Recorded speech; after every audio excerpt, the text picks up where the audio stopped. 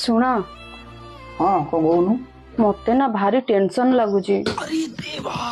खाई कौन लगी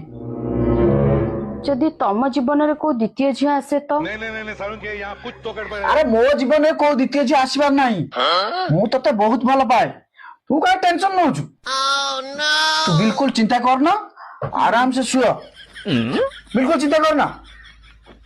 सुयो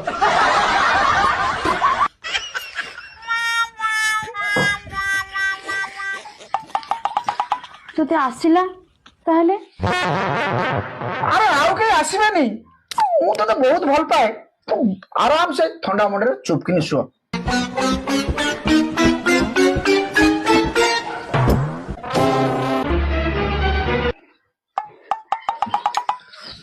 जदि तम जीवन में सत्य को द्वितीय झील आसे तो अरे द्वितीय आशीर किसी प्रश्न ही उठुनी कहीं द्वितीय आशीर केबठु गलानी मत चुटचो चली